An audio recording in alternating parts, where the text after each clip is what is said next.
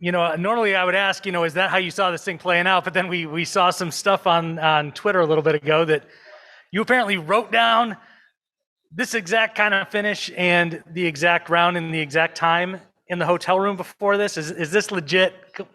What was the official time? 117. I wrote that down.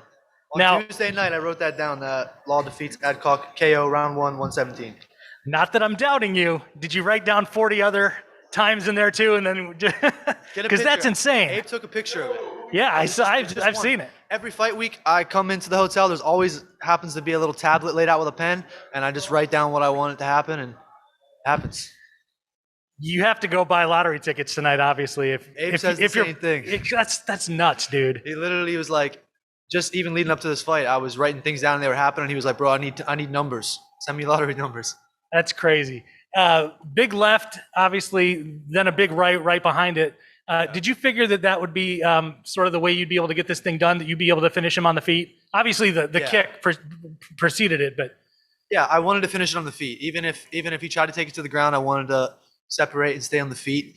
I was hoping for the high kick to be the one that put him away, but I just got to keep getting better, Are you happy with the fact that it landed? I mean, he blocked it a little bit, but. Yeah, I'm happy. I mean, I saw it did damage, but I know that I have enough power behind that kick to put him out. So I just need to work on putting a little more behind it in the fight. You were, I think if I remember correctly, you were the biggest favorite on the card tonight.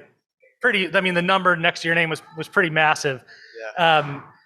Do you have to assume at this point, when you keep finishing guys like this, that the names in front of you from here on out are just going to keep getting bigger and bigger and bigger, and those numbers of like minus 2,000 are going to start coming down a little bit because of that? Yeah, that's what I want. Obviously, I'm a competitor. I want to fight the best. But Bellator knows what they're doing, so I just take whoever they give me and keep building. I've only been a pro for a year and a half, so I'm just getting my feet wet still.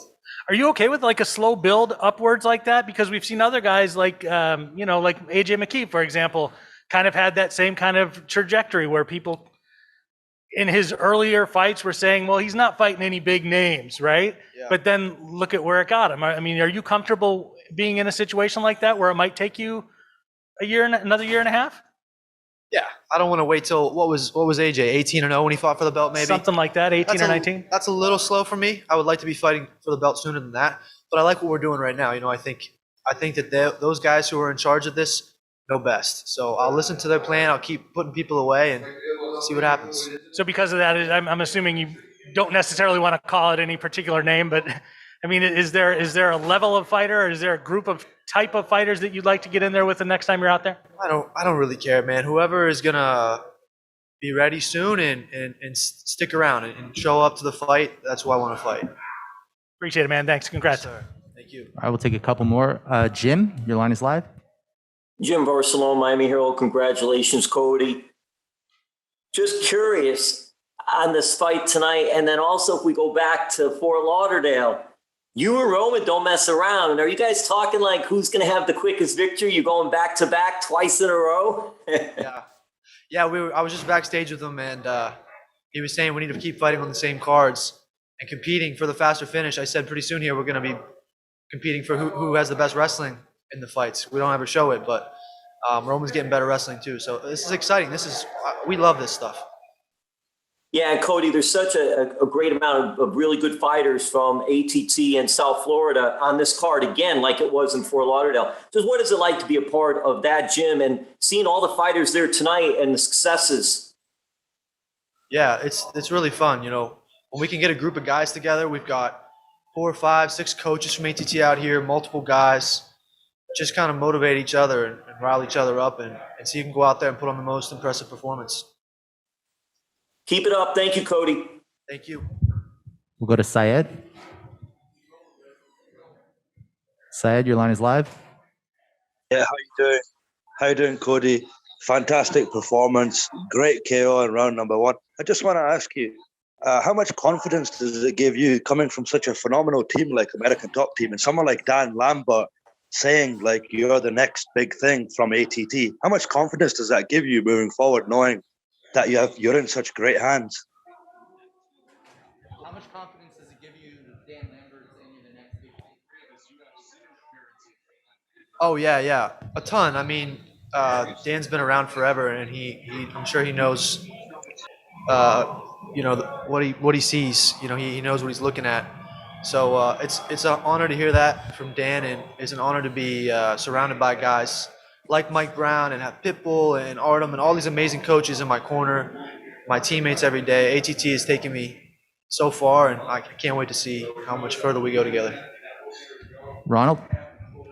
This is Ronald D. Smith. Cody, you brought up how in such short amount of time for yourself, how far you've grown in your career. And you say you don't want to talk about the future, you want to talk about the present. So in the present, what are you most proud of in the journey that you've gotten so far to the man you are right now? I don't know. I don't really think about that kind of stuff too much. I just feel like I'm doing what I'm supposed to be doing. I'm grateful more than proud. I'm grateful that I have the people I have around me. I'm grateful that I'm an American top team. Grateful that I got to fight for Bellator in my debut and I'm still here. Grateful to be 6-0. But proud, I don't know. I'll be proud when I'm world champion. Thank you very much. All right, last one here, Luis. Hi, Cody. I'm Luis from MMA Pit, and you don't even have 2 years as a professional, and you already have 6 fights. Why have you chosen to fight so quickly between fights? What was the last part? Can you repeat that? The last part?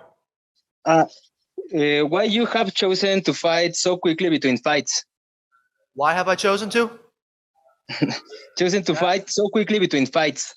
Yeah, I feel like I'm getting old. I didn't even get to start MMA until 25, 26 now, and I have a lot of things I want to get done before 30. So I'm trying to fast track things a little bit, get more experience.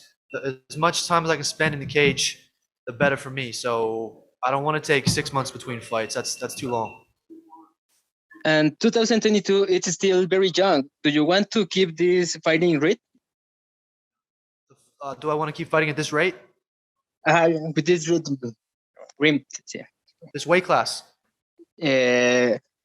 With this short time between fights. Short time between fights. Yeah, I do. I think 2 to 3 months between fights is plenty. It gives me enough time to take a week or two to recover from a long training camp and get back to training. And I'm in the gym all the time anyway, so why not keep competing? It only makes sense. Thank you very much.